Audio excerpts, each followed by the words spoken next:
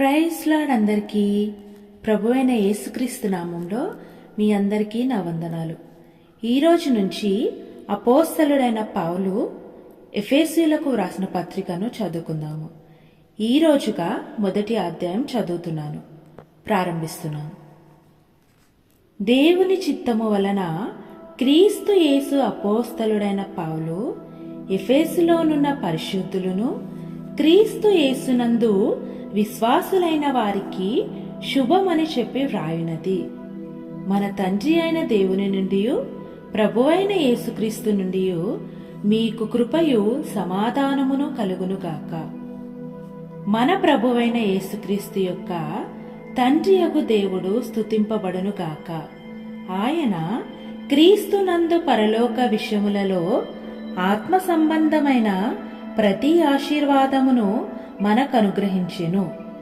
ఎట్లనగా తన ప్రియుని యందు తాను ఉచితముగా మనకు అనుగ్రహించిన తన కృపా మహిమకు కీర్తి కలుగునట్లు తన చిత్త ప్రకారమైన దయా సంకల్పము చొప్పున యేసుక్రీస్తు ద్వారా తనకు కుమారులనుగా స్వీకరించుటకై మనలను ముందుగా తన కోసము నిర్ణయించుకొని మనము తన ఎదుట పరిశుద్ధులమును నిర్దోషులమునై ఉండవలెనని జగత్తు పునాది వేయబడక మునిపే ప్రేమ చేత ఆయన క్రీస్తులో మనలను ఏర్పరచుకొనెను.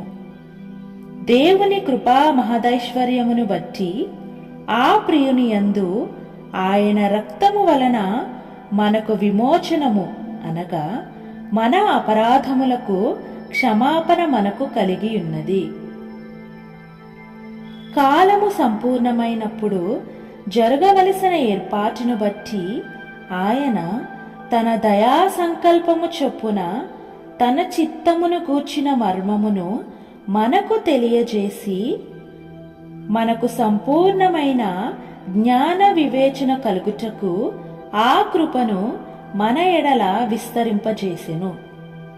ఈ సంకల్పమును బట్టి ఆయన పరలోకములో ఉన్నవే గాని భూమి మీద ఉన్నవే గాని సమస్తమును క్రీస్తునందు ఏకముగా సమకూర్చవలెనని తనలో తాను నిర్ణయించుకొనెను.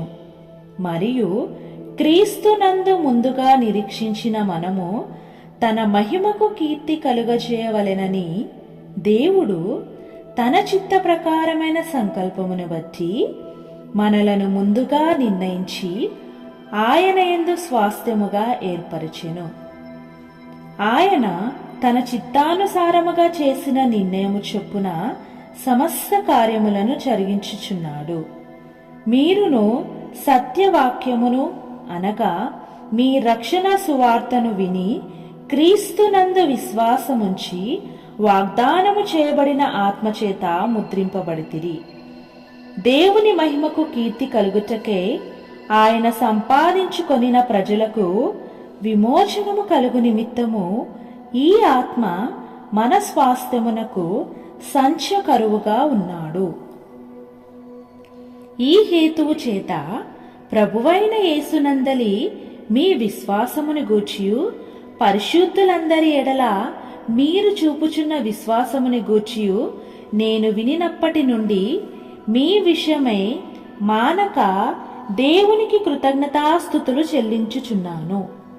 మరియు మీ మనోనేత్రములు వెలిగింపబడినందున ఆయన మిమ్మును పిలిచిన పిలుపు వల్లనైన నిరీక్షణ ఎట్టిదో పరిశుద్ధులలో ఆయన స్వాస్థ్యము యొక్క మహిమైశ్వర్యం ఎట్టిదో ఆయన క్రీస్తునందు వినియోగపరచిన బలాతిశయమును బట్టి విశ్వసించు మనయందు ఆయన చూపుచున్న తన శక్తి యొక్క అపరిమితమైన మహత్యం ఎట్టిదో మీరు తెలుసుకొనవలెనని మన ప్రభువైన యేసుక్రీస్తు యొక్క దేవుడైన మహిమా స్వరూపియగు తండ్రి తన్ను తెలుసుకొనుటయందు మీకు జ్ఞానమును ప్రత్యక్షతయను గల మనసు అనుగ్రహించునట్లు నేను నా ప్రార్థనలయందు మిమ్మును గూర్చి విజ్ఞాపన చేయుచున్నాను.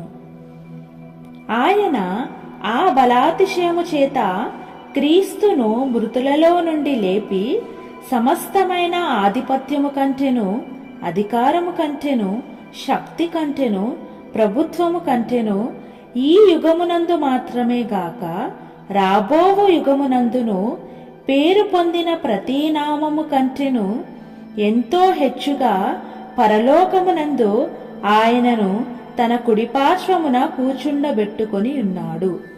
మరియు సమస్తమును ఆయన పాదముల క్రింద ఉంచి సమస్తము పైని ఆయనను సంఘమునకు శిరస్సుగా నియమించెను. ఆ సంఘము ఆయన శరీరము. సమస్తమును పూర్తిగా నింపుచున్న వాని సంపూర్ణతయై ఉన్నది. ఆమేన్. ప్రభు అయిన యేసుక్రీస్తు వారు ఈ వాక్యమును మన జీవితాలలో నెరవేర్చు